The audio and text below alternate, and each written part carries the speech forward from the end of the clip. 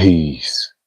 Welcome to the YouTube live book reading of The African Origin of Civilization, Myth or Reality by Dr. Cheikh Anta and edited and translated by Mercer Cook.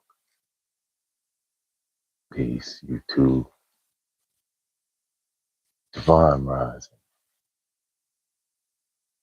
We pick up in the 10th chapter. This is the 48th reading edition. Live from the light here in LA. Peace. Yeah, I've been working a lot. Literally just got another phone call for some more work, which is always a good thing, you know. I always tell people this, tell my daughter, when you're working, you're making money, right? And that can be a great thing, but you're not spending it. So we want to continue. Shine light. So we pick up at page 220. Yeah.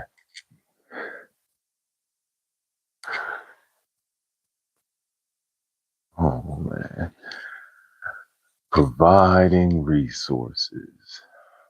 That's so important to community, right? And so I look at this as a service doing for the generations down the line. They could read and also get master gems. You know, none of us are here forever, but our art stays forever. And so that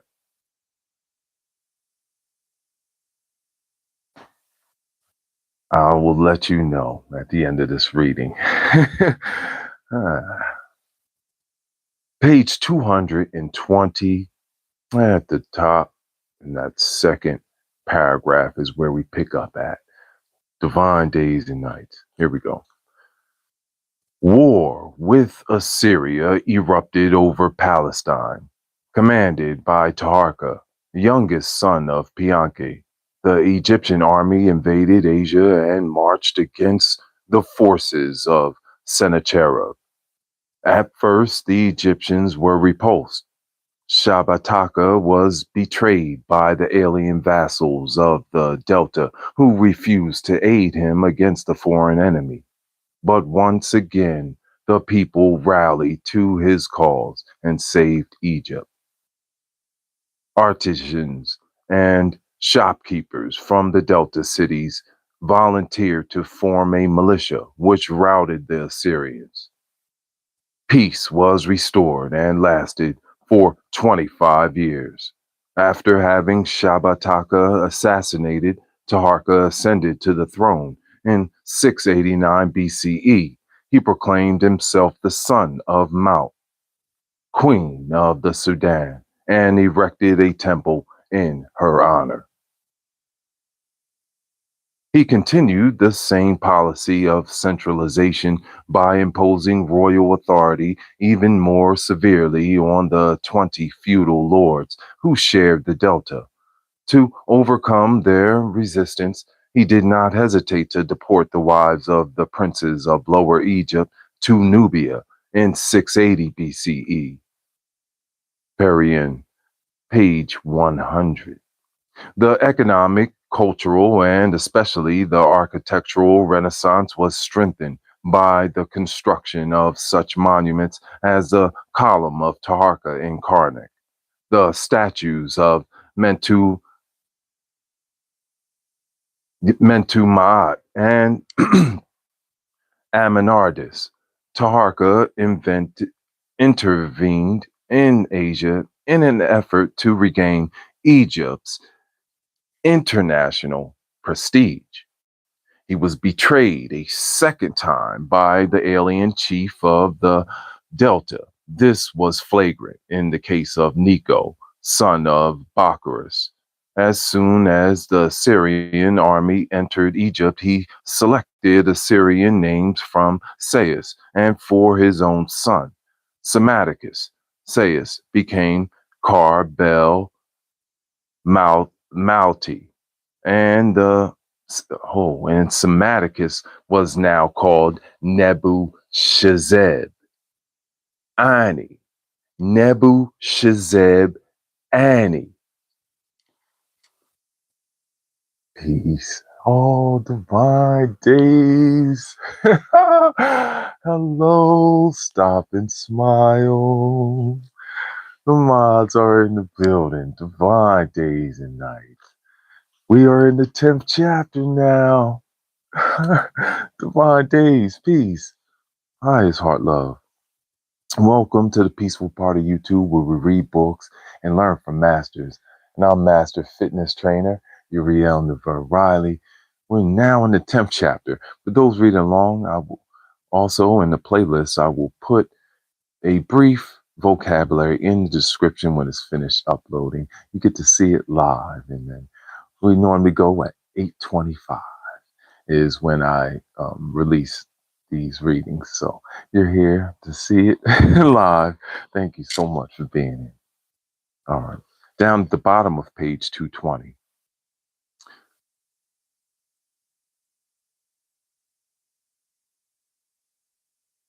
Nebuchadnezzar Ani Necho became the vassal of the Assyrian king, who entrusted him with the principality of Arthribis. Harim. That's in the second part, page 105. With the treason of the Libyan feudal lords, Lower Egypt became an Assyrian province. There it is. Became a province of taking refuge at Thebes. Pharaoh Taharka enjoyed the complete support of the clergy, which refused to legitimize the sovereignty of the Assyrian Menut Mahat, governor of Thebes, remained loyal to Taharka, as did the divine house of Amon. Exceptionally energetic, Taharka returned to the offensive in 669 BCE, recaptured Memphis, and remained there until 666 BCE. Again, betrayed by the alien feudal lords of the Delta, he escaped to Napata, where he died 2 years later.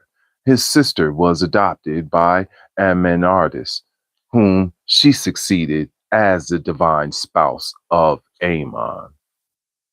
Shabbataka's son, Tanu Taman, inherited the throne of Napata.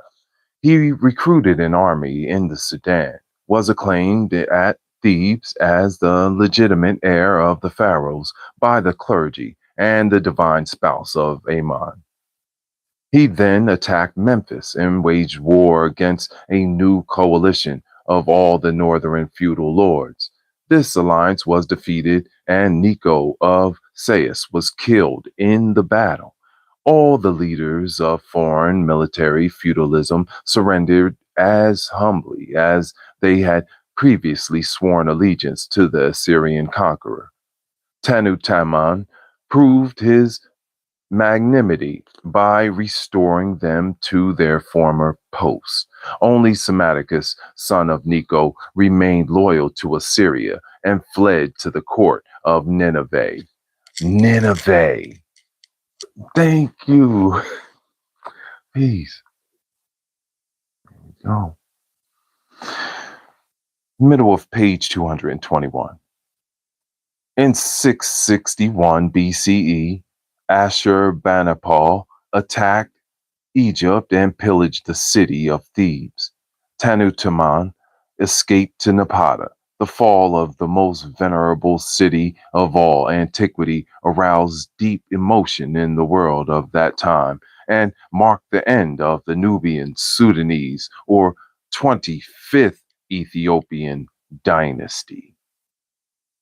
That date also marked the decline of Black political supremacy in antiquity and in history.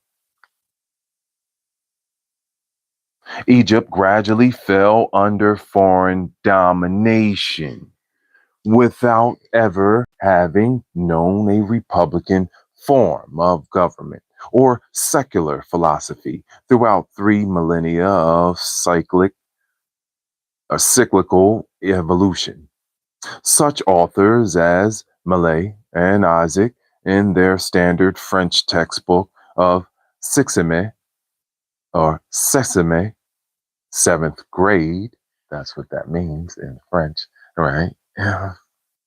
Used to train the younger generation since 1924 have systematically ignored the extraordinary epic of the 25th dynasty and have tried to play up the reign of Psammaticus and Nebuchadnezzar Ani, the unworthy Libyan usurper who disguised his name to please the alien invader. It would be difficult to imagine a history of France written according to those criteria. The reign of Psammaticus served only to pave the way for foreign rule. Page 222 at the top. Peace, YouTube. Awesome. Hey, Tinky. Divine days and nights. Thank you for being here and reading with us. Highest heart love. The peaceful part of YouTube where we read books and learn from masters. Master Cheikh Anta job is really detailed, and that's how you can really get to put the pieces together because we go line by line, right? Not missing out any parts. And, we also have the linguistics with it to connect the dots with. You have the genetic makeups. At the time when he was doing this in late 1960s and putting this together, he was wanting to get some of the skin so he could do um, testing on the skin, and they were really shutting him down because he had it so thoroughly packed in, no one could dispute anything he was saying with facts. So, and we get to share it now as, a reverence and honor to reality and helps us give us foresight. Between Egypt and Greece, the ties became progressively closer. Egypt's military and economic alliance with the king of Lydia opened the coast of Asia Minor and the Sardian kingdom of Egyptian culture and intellectual influence. This explains why Ionia experienced a cultural awakening earlier than continental Greece. Miletus flourished while Athens and Sparta were still scarcely emerging from barbarism. The Lydians invented or popularized the use of money, which the new economic relations had rendered indispensable. Psammaticus inaugurated the 26th dynasty, 663 through 525 BCE, but its most characteristic reign was perhaps that of Amasis or Amiasis, 568 through 528 6 BCE. Under the latter, Egypt definitely lost its independence with Persian conquest of 525 BCE. Amasis, Amasis was brought to power by his troops and the mob during the troubles under the reign of Apries, 588 through 569. His popular origins probably explain his secular and democratic conception of government. His legal reforms were extremely important in both the public and private sectors, but Egypt was no longer a power. At the head of the Persian army, Cambyses conquered the country and put Amasis to death. From a comparison between Greco Roman society on the one hand and Egyptian society on the other, it is apparent that despite its long history, Egypt did not practice slave feudal in the Western sense or capitalist systems of production. Those three economic systems existed there only marginally. In politics, Egypt remained a monarchy, a principle that seems not to have been questioned even during the acute crisis. Habeas corpus was fully recognized. There was no national slavery, and Egyptian could not be enslaved. All were citizens in the full sense of the word. An individual enjoyed all the liberty consistent with a public law conceived to serve all. The monarchy had succeeded in embodying this idea of the public good. On three separate occasions, the failure of feudalism to supplant it while preserving its principles and ethics only made its return inevitable. Peace. Thank you for reading with us. Awesome, Tinky Pixie. Thank you for being here. See, we have the light workers lined up, right? Thank you for being here. Gratitude, fun days and nights. Light workers here on this beautiful day, raising the light for the people, you know, bringing it to the forefront.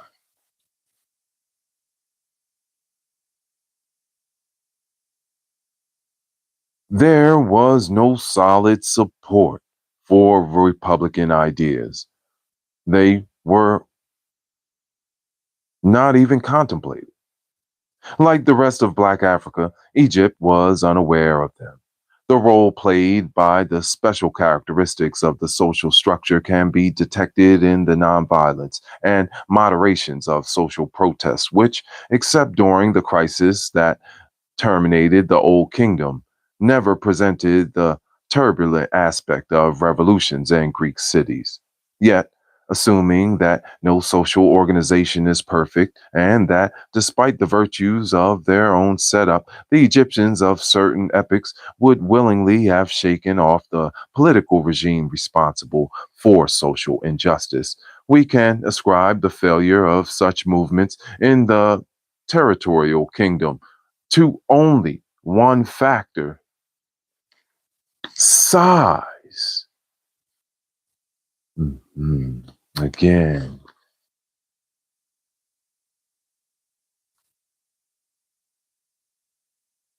the amount of people, responsibility goes up, right? It's a positive correlation, what we call. So you have one thing going up is going to make another part go up when you're examining. So the more mouths to feed, that means the more production is going to have to be made in housing and clothing and food, necessities.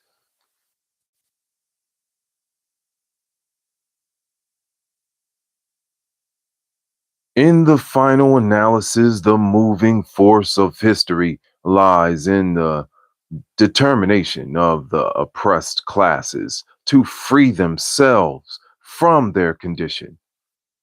If that condition is intolerable and humanly inadmissible, the rebellious conscience becomes revolutionary.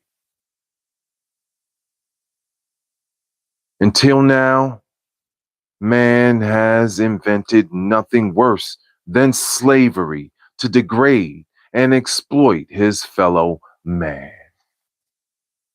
That's a pin right here. Have to say that. Crimes against humanity, human trafficking, harming fellow man.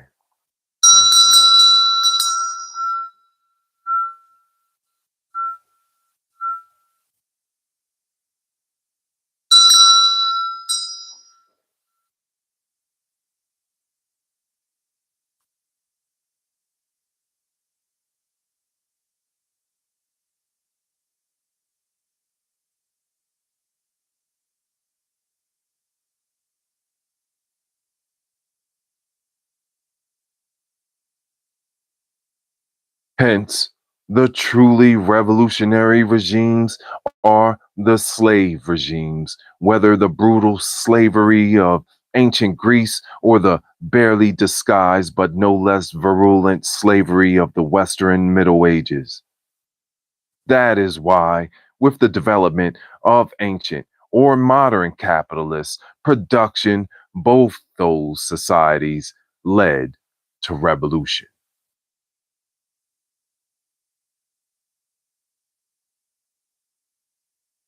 But revolution can occur only if the dissatisfied slave element, alienated without compensation, becomes numerically preponderant. This was the case in all of the industrial Greek cities of antiquity, where the citizens, the freemen, constituted scarcely 1/10 of the total population. In Black African kingdoms, where relative detribalization, wars, and the division of labor created marginal slavery, revolution nevertheless did not occur. This is understandable. For a revolutionary situation to have arisen, the enslaved population would have had to be in the majority and sufficiently concentrated to render a revolution possible. We can only guess what the effect of the size would have been on a revolutionary movement in Black Africa. Yet, there is reason to believe that such outbreaks would have failed, like those that actually took place in a similar territorial setting. In Egypt, for example, after the sacking of Memphis under the Sixth Dynasty, or in China under the Tang Dynasty in 883 AD. Like those countries, Black Africa did not have slave, feudal, or capitalist economies in the Western sense. During the period of the slave trade, slavery operated in the way very different from the customary mode that had preceded it. As its states were taking shape, Africa passed through a phase of military democracy, or more accurately, tribal kingdoms. The originality of the Greek societies in the northern Mediterranean is thus easier to understand. Two factors contributed to making possible the revolutionary explosion and its success. First, a social regime, or more precisely, an exceptionally cruel slave system, which gave man no choice except a struggle to the death. Secondly, a small territory limited to the dimensions of a single city, easily capturable because the revolutionary class was in the majority. Under such circumstances, the ideological structure quickly loses its influence on the minds of the enslaved class. And we'll pause right here. Divine days and nights. Ooh. So good, right? So great.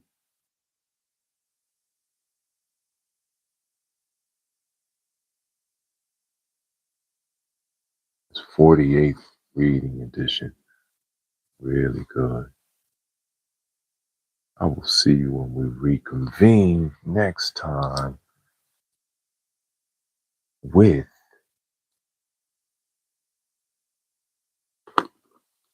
the African origin of civilization, myth or reality by Dr. Cheikh Anta.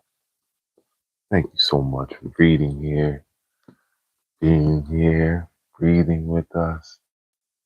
Yeah, we want to show some love to those that have elevated. Let's take a couple of deep breaths. Give thanks. Let it crystallize.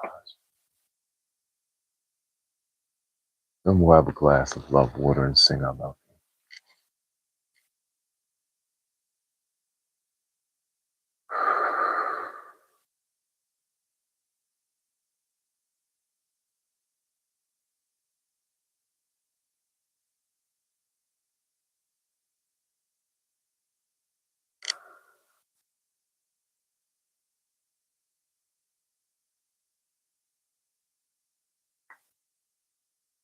So grateful and thankful for you holding space in your heart to love us while you were here. Thank you for all the friends and family that we have holding you, shining you, shining our light all over. So grateful and thankful.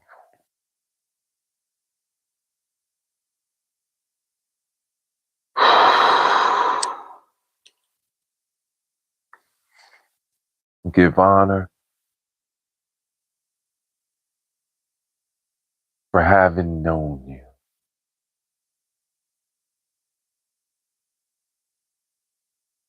for breathing the same air as you.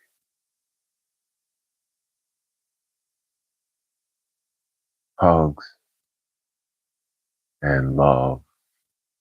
Highest heart love to all our friends and family, those that have elevated, and the solar returns. Happy solar return to all those coming through. We are now in that part, wow, of the year. A hot one. So stay cool. Let's have a glass of love water. Honor to our friends and family. Honor to ourselves. 8:25. I will release the new book, Manifesting Dreams. I love you. I love you. I love you. I love you.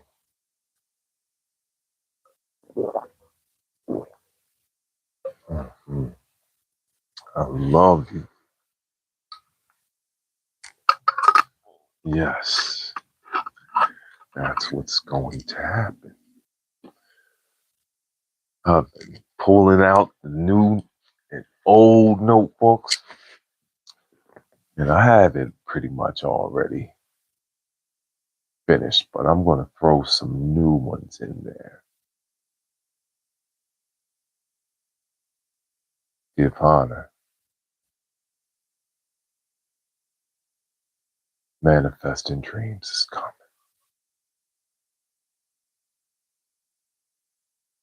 Thank you for being here. Divine days and nights. Let's go shine our light. It's the beginning of the new week, right? Here we go. Let's sing I Love You.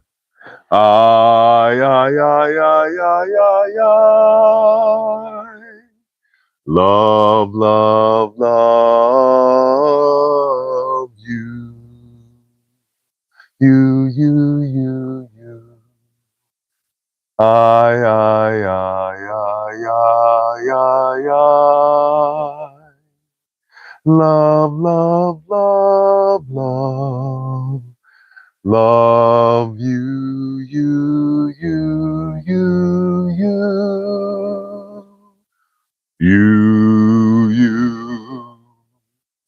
You know it, because I love myself. Divine days and nights.